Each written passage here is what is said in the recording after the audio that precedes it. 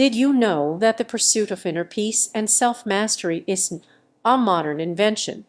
For centuries, people have sought ways to quiet their minds and understand their true nature. Today, we delve into a timeless guide that offers profound insights into achieving just that.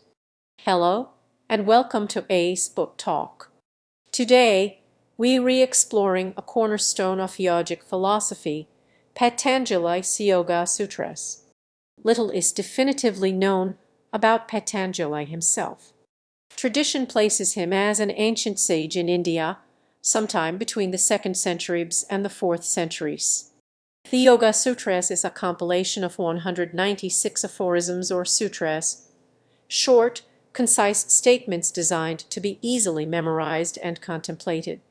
These sutras aren't original teachings, but rather a systematic organization of existing yogic practices and philosophies.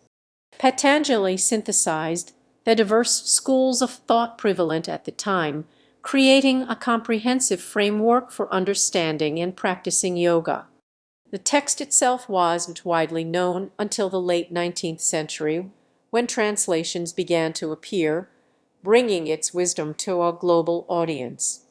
The Yoga Sutras essentially outlines the path to liberation, or kaivalya, from suffering.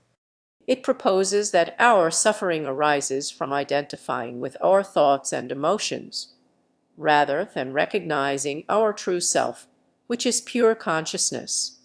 The text provides a roadmap for quieting the fluctuations of the mind and realizing this true nature.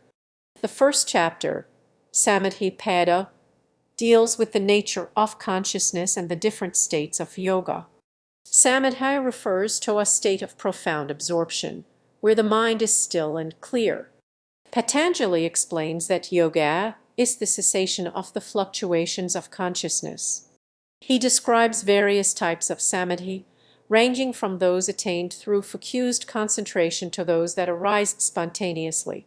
He also identifies obstacles to achieving samadhi, such as disease, laziness, doubt, and attachment. The key takeaway here is understanding the goal of yoga, a state of mental clarity and unwavering focus. The second chapter, Sadhana-pada, focuses on the practical means of achieving yoga. This chapter introduces the 8 limbs of yoga, also known as Ashtanga Yoga. These limbs are not stages to be mastered sequentially, but rather aspects of an integrated practice. They include yamas ethical restraints, niyamas observances, asana postures, pranayama breath control, pratyahara sense withdrawal, dharana concentration, dhyana meditation, and samadhi absorption. Patanjali delves into each of these limbs, providing guidance on how to cultivate ethical behavior, purify the body and mind, and develop concentration.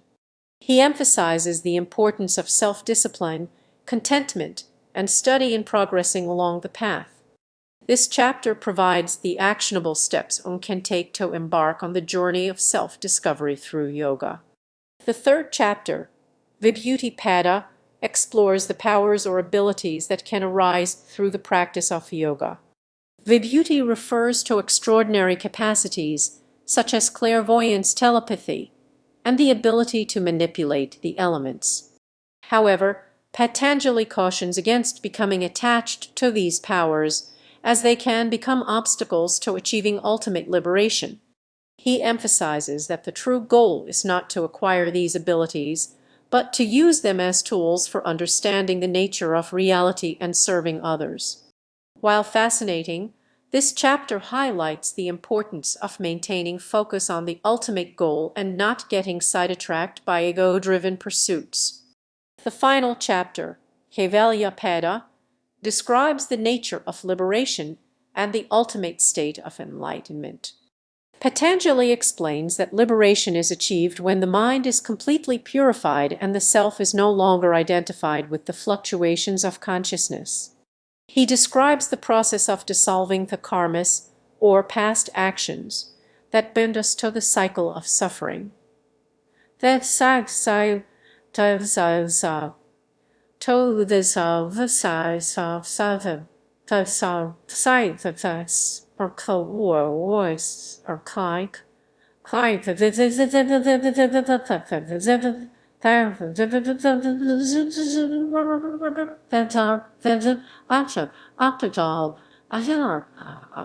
Action,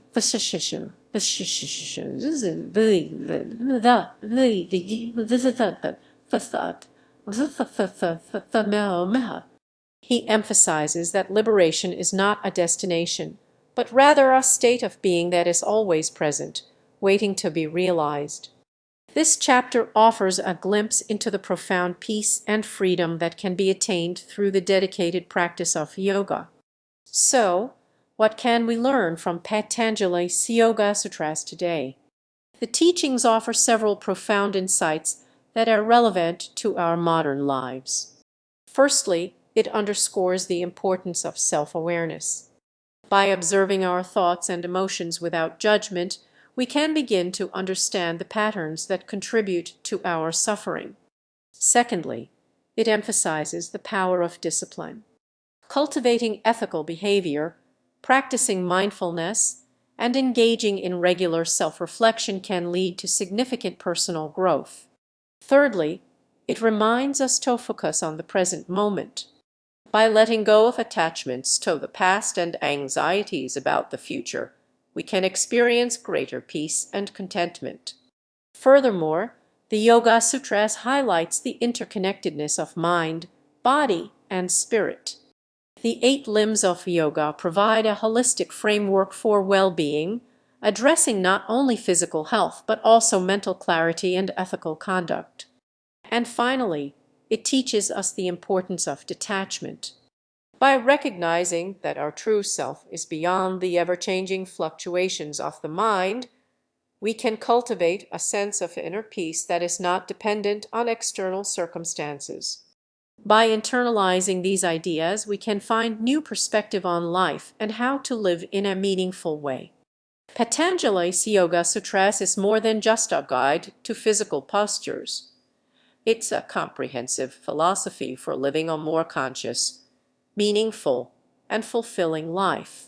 It provides a framework for cultivating inner peace, developing self-discipline, and realizing our true potential.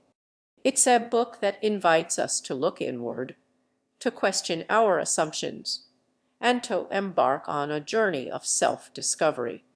Thank you for joining us on Ace Book Talk. We hope this exploration of Patanjali's Yoga Sutras has inspired you to delve deeper into the wisdom of yoga. Subscribe for more book recommendations, and until next time, may your journey be filled with peace and self-discovery.